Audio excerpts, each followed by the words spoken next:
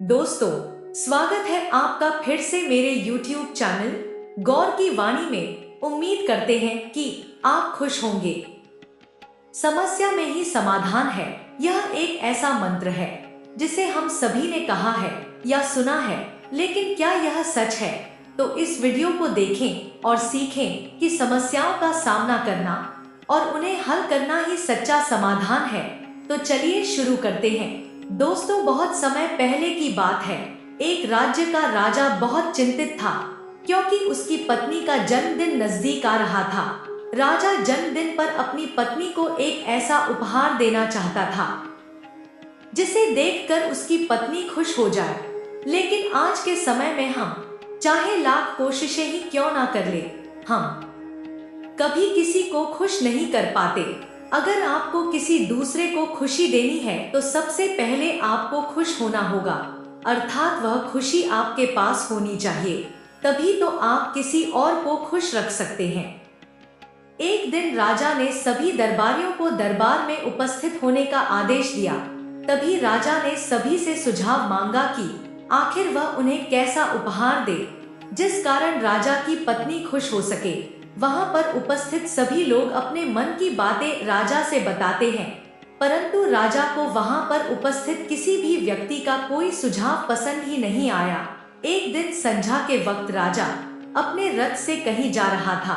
तभी रास्ते में उसने एक बहुत ही सुंदर मूर्ति देखी। वह मूर्ति बहुत ही सुंदर और आकर्षक थी। उसे देखकर ऐसा प्रतीत होता था मानो उस मूर्ति में जान हो। उस मूर्ति को देखकर राजा बहुत प्रसन्न हुआ और वह तुरंत ही मूर्तिकार के पास पहुंचा और राजा उस मूर्तिकार से कहता है, हम चाहते हैं कि तुम मेरे दरबार में शामिल हो जाओ, किंतु उससे पहले तुम्हें हमारी रानी की ऐसी मूर्ति बनानी होगी जिसे देखकर वह खुश हो जाए और अपने सारे दुख दर्द भूल जाए। और यदि तुम ऐसा ना कर सके तो मैं तुम्हारा सर धड़ से अलग कर दूंगा। राजा के मुख से यह सुनकर मूर्तिकार घबरा गया। वह राजा को मना भी कैसे करे, इसीलिए उसने ना चाहते हुए भी राजा को स्वीकृति दे दी। राजा उस मूर्तिकार की बात सुनकर बहुत प्रसन्न हुआ और वह वापस महल लौट गया। लेकिन उधर दूसरी तरफ जो मूर्तिकार अब तक बहुत प्रसन्न था, जो अपने मन से मूर्तियां बनाया करता था, जो हमेशा खुश रहता था, अब वह दुखी हो गया था।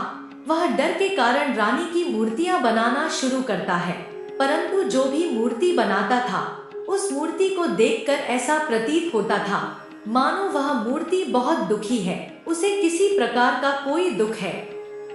एक के बाद एक उसने कई सारी मूर्तियां बना डाली, परंतु कोई भी मूर्ति ऐसी नहीं थी जिसे देखकर कोई भी खुश हो सके, जिसे देखकर यह प्रतीत हो कि मानो उस मूर्ति में जान है और वह मूर्ति देखकर कोई भी अपना दुख भूल जाए। और यह इस कारण हो रहा था क्योंकि मूर्तिकार भीतर से बहुत दुखी था, जो उसकी मूर्तियों के रूप में साफ और स्पष्ट नजर आ रहा था। राजा ने उस मूर्तिकार को एक सप्ताह का समय दिया था, पर 4 दिन तो उस मूर्तिकार ने व्यर्थ कर दिए। अब उसके पास 3 दिन का ही समय ही बचा था। मूर्तिकार को अपना भविष्य नजर आ रहा था। उसे नजर आ रहा था कि राजा उसे मृत्यु दंड दे रहा है। मूर्तिकार को डर था कि उसके बाद उसके परिवार का क्या होगा, उनको कौन संभालेगा। तब उसने सोचा कि मैं आज रात अपने परिवार को लेकर हमेशा के लिए इस गांव को छोड़ दूंगा और यहाँ से कहीं दूर चला जाऊंगा। पर वो रात को जैसे ही अपने घर से बाहर आया तो उसने देखा कि राजा के पहरेदार उसके घर के आसपास घूम रहे हैं। तो वह उनको देखकर बहुत दुखी हुआ, क्योंकि अगर वह पकड़ा गया तो उसके साथ उसका परिवार भी मारा जाएगा। वह कुछ समझ नहीं पा रहा था। तभी वह जमीन पर बैठ गया और रोने लगा। अगले दिन सुबह सुबह उस मूर्तिकार के दरवाजे पर एक गुरु भिक्षा मांगने आए।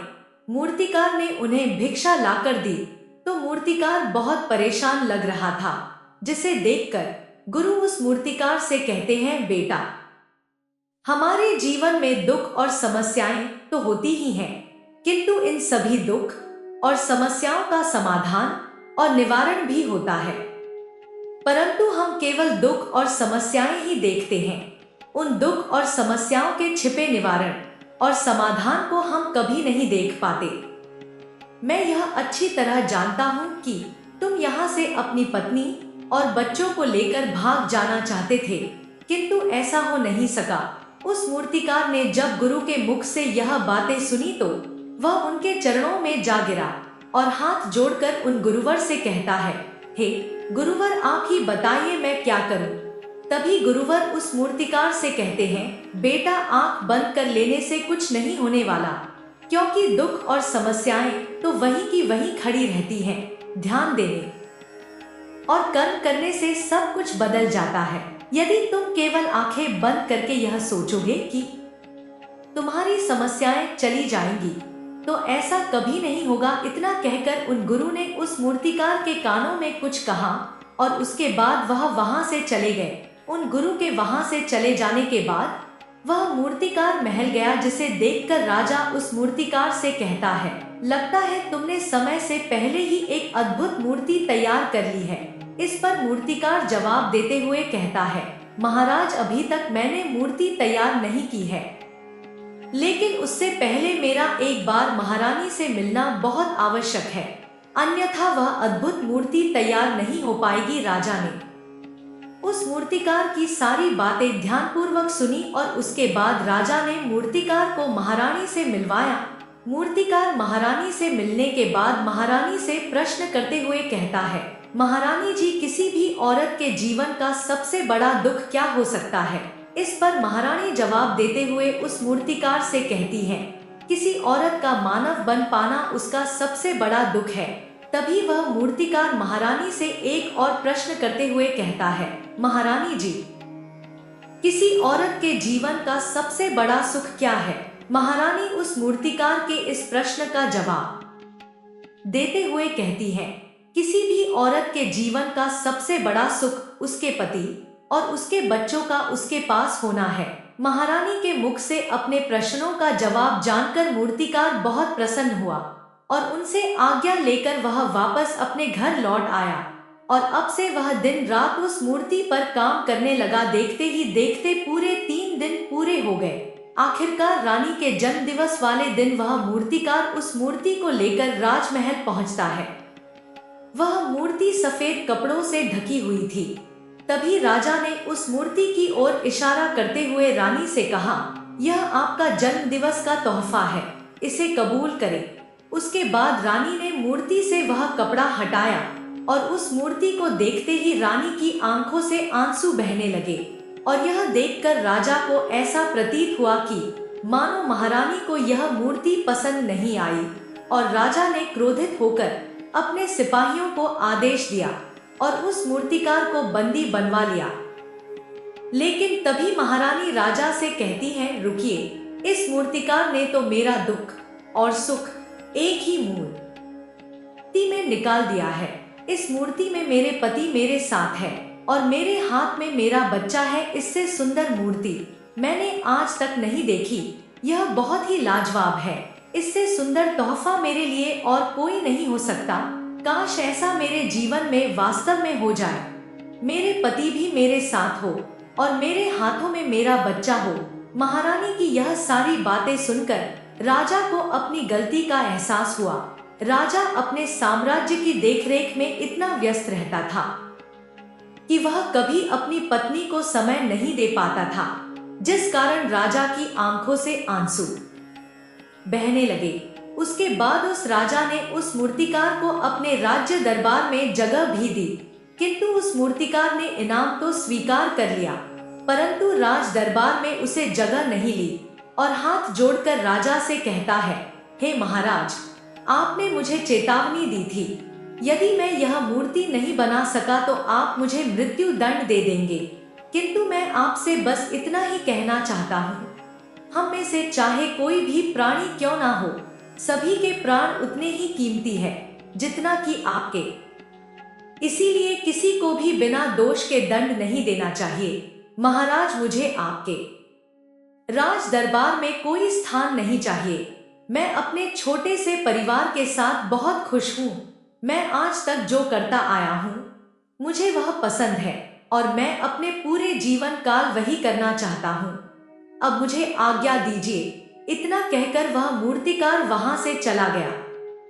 तो दोस्तों, इसी प्रकार हमारे जीवन में भी बहुत बड़े बड़े दुख आते जाते हैं, किंतु वास्तव में तो यह दुख हमें कुछ सिखाने के लिए आते हैं। जब हम दुख के समय क्रोध करते हैं तो हम वास्तविकता में अपना ही नुकसान कर लेते हैं। जो व्यक्ति समझदार होते हैं वह अपने दुख और परेशानियों से यह सबक सीख ही लेते हैं और उस परिस्थितियों में शांत रहकर उन दुखों का निवारण करते हैं। पर जब भी हमारे सामने कोई विषम परिस्थिति उत्पन्न होती है तो हम बार बार क्रोधित हो जाते हैं और क्रोध में आकर हम अपना ही नुकसान कर लेते हैं। क्रोध में उसे वह समय नजर आता है जो उसके खिलाफ है और जो जीवन के दुखों से, इन समस्याओं से कुछ सीख नहीं पाता।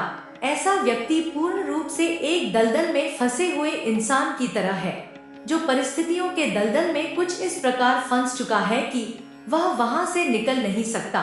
फिर वह चाहे कितना भी हाथ पैर क्यों ना मार ले, वह उस दलदल में फंसता चला जाएगा। जबकि आपको हाथ पैर ना मारकर बल्कि शांत रहकर अपने मस्तिष्क का प्रयोग करना चाहिए और यह सोचना चाहिए कि इस दुख, इस समस्या और इस परिस्थिति का समाधान क्या हो सकता है। जो व्यक्ति थोड़े भी जागृत है, जो दुख और समस्याओं का निवारण और समाधान खोजने में वास्तव में अपना समय लगाते हैं, वह यह जानते हैं कि निवारण और समाधान एक हीरे की खान की तरह है। जिस प्रकार एक हीरे को ढूंढा जाता है, फिर उसे तराशा जाता है, जिसके बाद उस हीरे की कीमत बहुमूल्य हो जाती है, ठीक वैसे ही दुख और समस्या में समाधान और निवारण खोजने की आवश्यकता होती है और वह हमें खोजने भी चाहिए।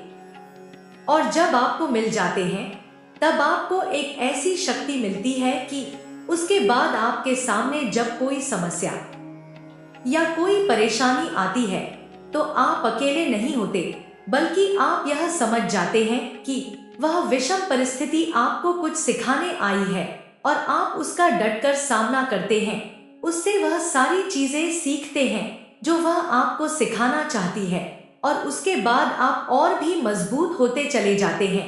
आपका विश्वास और भी बढ़ता चला जाता है। इसीलिए महात्मा बुद्ध कहते हैं कि यदि दुख है तो उसका निवारण भी है, इसीलिए केवल दुख में उलझे मत रहिए, बल्कि उस दुख का निवारण कीजिए।